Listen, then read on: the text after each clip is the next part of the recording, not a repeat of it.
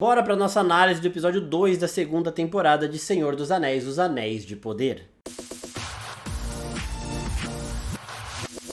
E aí, seus geeks, tudo certo? Eu sou o Marcos Veloso e, como prometido, bora analisar os episódios que foram lançados de forma conjunta, mas de maneira individual. Já fiz a análise do episódio 1, depois assistam que tá linkadinho aqui em cima. E agora vamos falar de todos os detalhes, explicar alguns pontos específicos deste segundo episódio, o episódio mais longo da temporada até agora. Ele começa com aquela escuridão gerada pela explosão que criou o Mordor, de fato, se espalhando para Casa Dûn, que é o lar dos anãos, e é um lar assim fantástico. No outro vídeo eu expliquei porque que eu uso anãos para falar dos anões do mundo de Tolkien, né? Depois assistam lá também, tem essa explicação, porque é uma escolha do Tolkien mesmo, então a gente respeita a escolha do autor da obra. E aí, essa escuridão se espalhou dentro do lar dos anãos e a gente tá vendo os anãos também lidando com alguns problemas. Eles não conseguem mais escavar, as montanhas estão perigosas demais, eles não têm rotas seguras para conseguir tirar os mantimentos, para conseguir tirar tudo que eles precisam para sobreviver. E a gente vê a Disa e o Durin conversando sobre isso, e conversando sobre a briga que o Durin teve com o pai dele, que também chama Durin,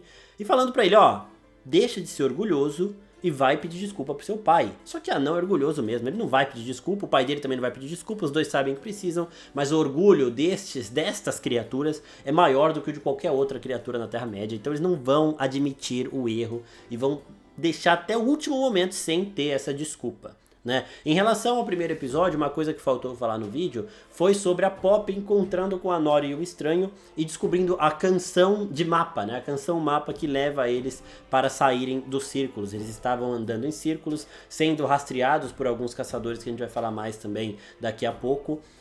E ela chega com uma alternativa, então eles começam a cantar e conseguem sair deste labirinto que eles estavam. E nós temos a abertura que tem diversos detalhes, diversos símbolos ali que eu vou explicar também em um outro vídeo, mas no começo ela mostra os 19 anéis. Não mostra um anel, que é o anel do Sauron, mas mostra os 9 anéis dos homens, os 7 anéis dos anãos no meio e embaixo a gente tem os 3 anéis dos elfos. E a gente já corta para uma visão que a Galadriel tá tendo em relação ao Celebrimbor sendo consumido por raízes do mal e sendo morto, e aí já é um pouco do anel também influenciando. A gente sabe que estes anéis dos elfos, eles ampliam as capacidades de... todas as habilidades que a pessoa tem, que o elfo tem ali, serão ampliadas, e as visões da Galadriel já estão sendo ampliadas neste momento. O Gil-galad mais pra frente vai falar que as dele também estão sendo ampliadas, então é bem legal a gente ver como estes anéis estão lidando, estão influenciando os seus usuários. E nesse ponto ela começa a temer que o Celebrimbor esteja em perigo nas mãos de Sauron, que Halbrand tenha conseguido de novo chegar ao Celebrimbor.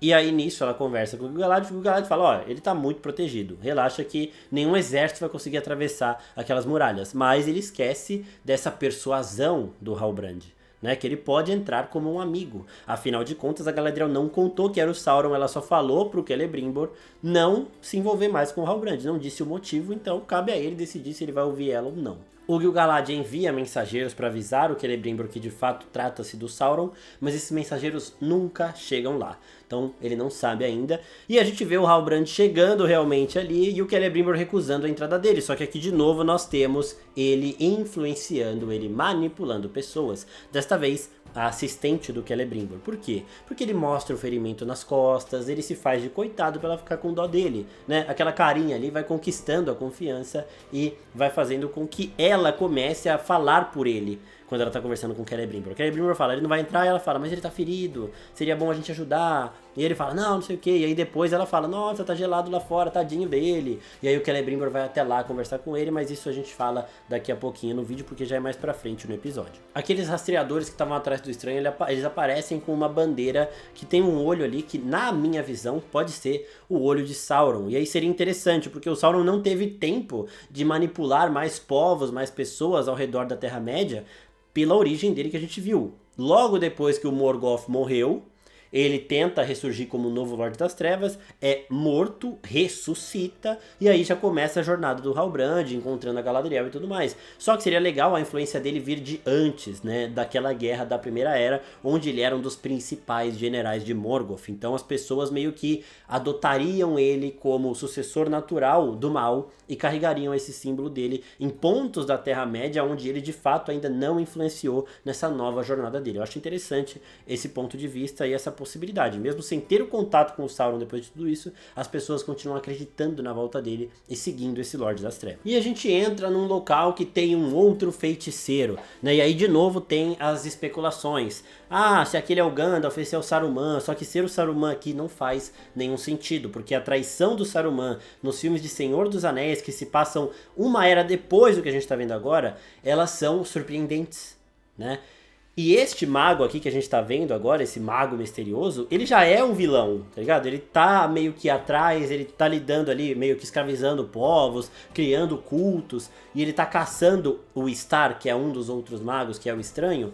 Então assim, a traição do Saruman só foi surpreendente porque ele era bom e virou mal. Agora, se ele fosse mal, virou bom e depois virasse mal de novo, não seria tão surpreendente assim, então não faz sentido ser o Saruman, tá? Vamos descartar isso daí. Eu ainda acho que faz sentido talvez o Estranho ser o Gandalf, mas aqui não faz nenhum sentido. Este mago pode ser um dos magos azuis, que a gente não teve muito desenvolvimento deles também nos livros e muito menos nos filmes, que eles nem aparecem, não lembro nem se são citados. Então aqui provavelmente ele é sim um dos magos azuis. Por quê? Porque esses trackers, esses caçadores que estão seguindo o Estranho por vontade deste novo mago aqui, eles carregam umas peças que são bizarramente azuis. Então um tem um cachecol, o outro tem um bagulho enrolado na cabeça, o outro tem uma calça, e a gente consegue ver o azul de longe, ele se destaca nas outras peças de roupa aqui.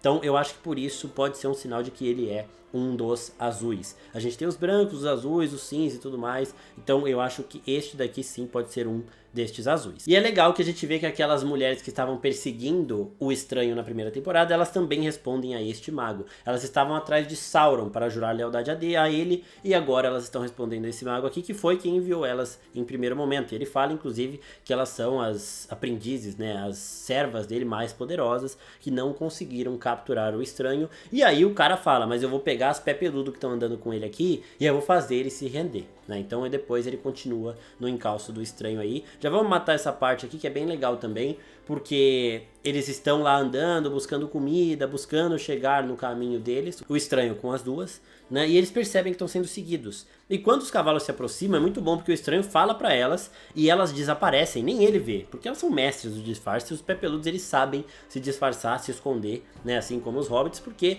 é assim que eles sobrevivem, eles não têm força pra lutar, eles têm que se esconder, então eles realmente são muito rápidos na hora de se esconder, mesmo em um deserto do jeito que eles estavam ali. Então achei bem legal esse momento, essa cena aí, porque elas não vão atrás de confronto, não vão atrás de fuga. Ele fala dos dois, elas já desaparecem no mesmo momento. Ele fala que este Estranho é um dos Star, né? Os Star, eles são os magos, como eu disse antes, que foram enviados pelas divindades para ajudar os povos na Terra.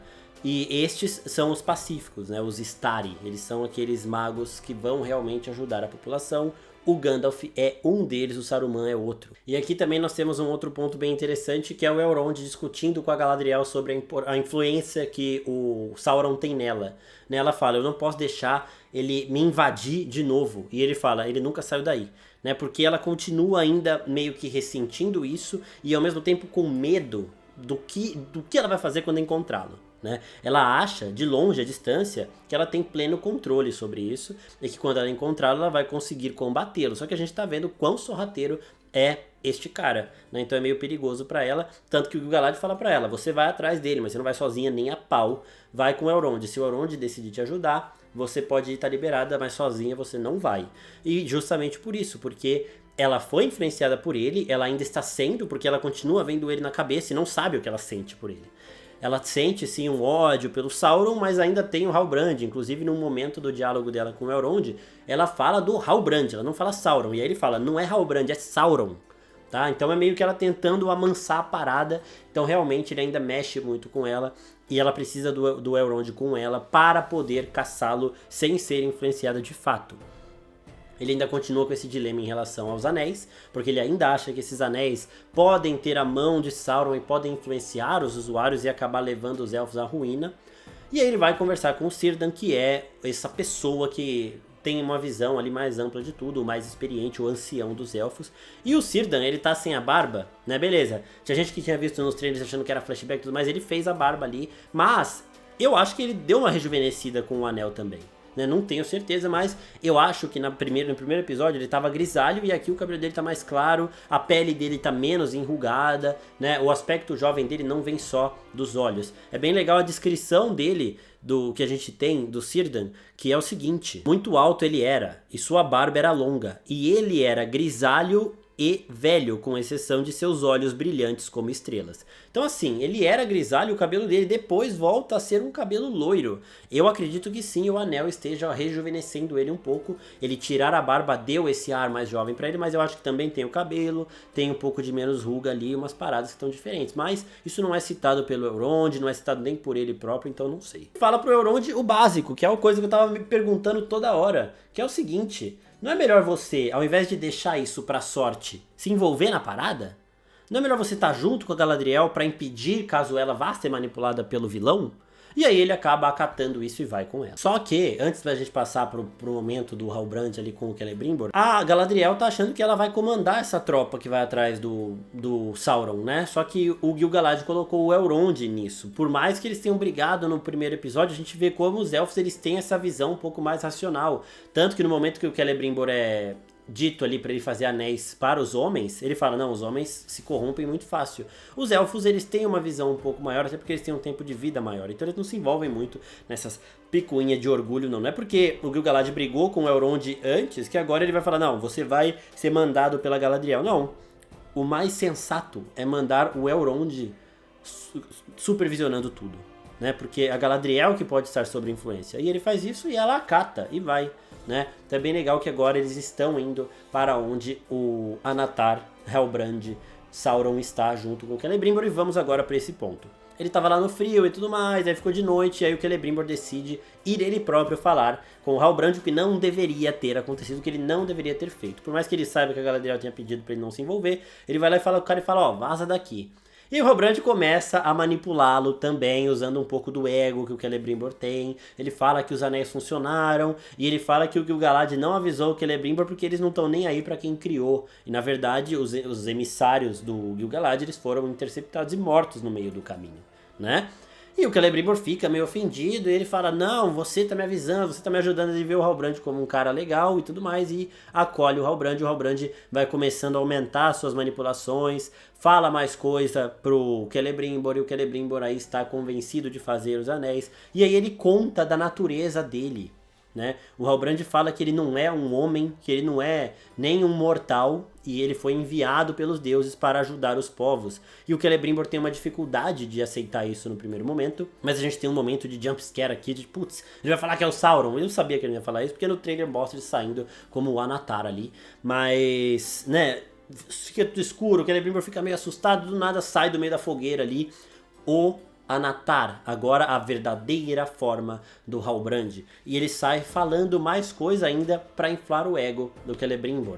Vamos forjar esses anéis, você vai ser o Senhor dos Anéis. Não vai ser ele o Senhor dos Anéis, né? Você vai ser o Senhor dos Anéis, conhecido por ter as maiores forjas de todas. Vamos fazer anéis para os anãos para ajudar eles com os problemas que eles estão lidando. Vamos fazer também para os humanos para ajudar os humanos, os homens, né? Com os problemas que eles estão lidando. E o Celebrimbor cai no papinho, acha que está realmente sendo auxiliado por uma divindade, né? E compra essa ideia, e a gente tem a revelação do Anatar, o Senhor dos Presentes, neste momento que encerra o episódio 2 de Anéis do Poder. Se vocês gostaram, se inscreve no canal, curte aqui e fique esperto porque a análise do episódio 3 sai ainda hoje. Então é isso, pessoal. Muito obrigado, até a próxima. Tchau, tchau.